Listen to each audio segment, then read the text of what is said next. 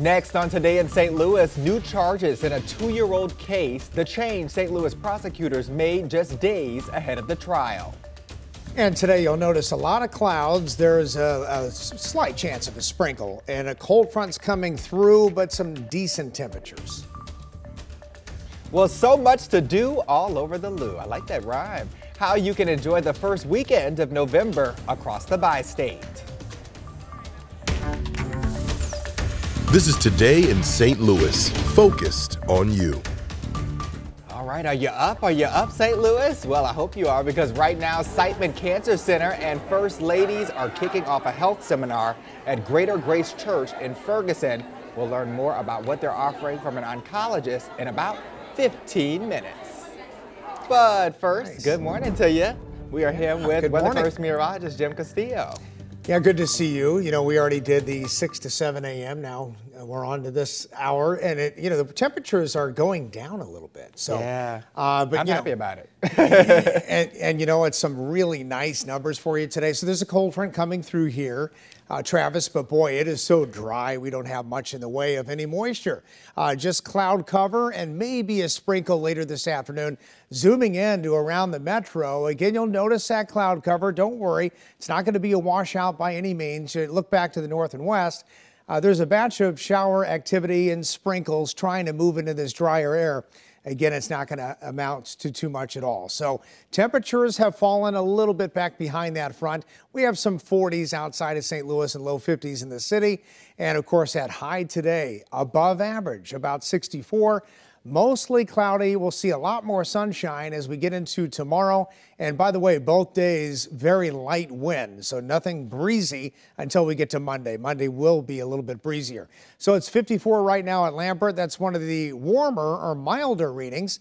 And of course, those high temperatures today in the lower 60s. But we get only warmer from here tomorrow, and even more so Monday, Tuesday, and Wednesday. We're talking some 70s, and I'll have those numbers coming up in just a bit. Travis? All right, Jim, thank you so much.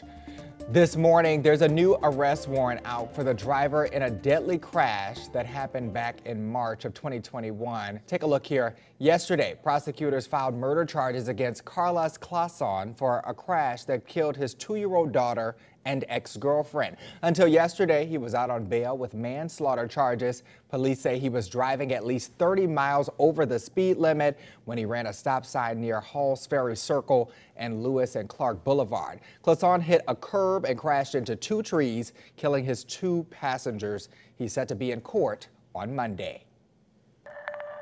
In developing news this morning, 1 man is dead and another is hurt after a double shooting in North St. Louis. It happened at 3:20 this morning at Francis Street and Cass Avenue. We're working to learn more on what led up to that shooting and if police have any suspects. Well, this morning, a St. Louis County man is behind bars after police say he pulled a gun on a teenage fast food worker. Here's Robert Townsend with that story. On this Friday night, it looked like just another day at this Penn Station in St. Ann. We saw calm customers going in and out of the business on St. Charles Rock Road. But on October 19th, police say this furious customer gave the sandwich shop quite a scare. In police work, you see a lot of crazy things. Employees told police James Jackson first stormed through the front door, shouted obscenities at them, and then argued with them. Moments later, a 16-year-old clerk said Jackson pointed a gun at him because the workers got his order wrong. Responded back to the store and wanted his refund or the sandwich made correctly. Whenever he didn't get what he liked, he produced his firearm and threatened to kill the individual. Police say there were 3 employees and 3 customers inside the business at the time. They say most of the scared people ran outside except the 16-year-old who was behind a counter when Jackson approached him. The worker told police Jackson pointed the gun at him, threatened to shoot him, and told him he would be back after the teenager got off work. Police arrested Jackson at his home.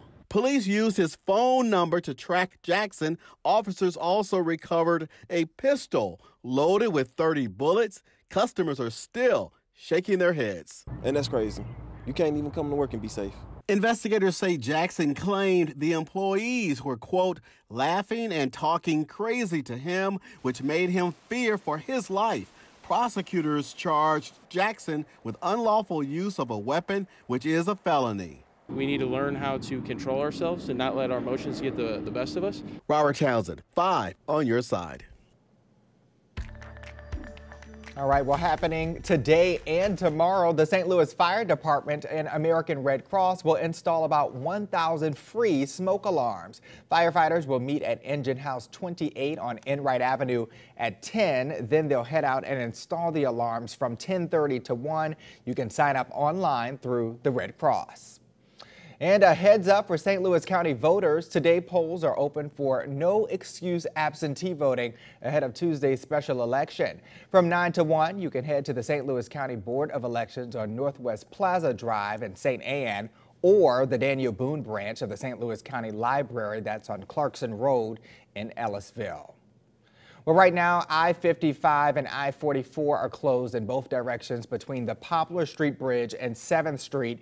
Crews will be doing some maintenance on the railroad bridge and road there. Everything should reopen by 4 this afternoon. And an important reminder, tomorrow morning at 1:59, the clocks will turn back to 1 a.m. That's right, daylight savings is over. So you can grab an extra hour of sleep, yes, indeed, and wake up to a brighter morning. So don't forget to change your clocks tomorrow, or you may end up an hour early to everything. Fun fact, Hawaii and Arizona don't participate in daylight savings. Well, coming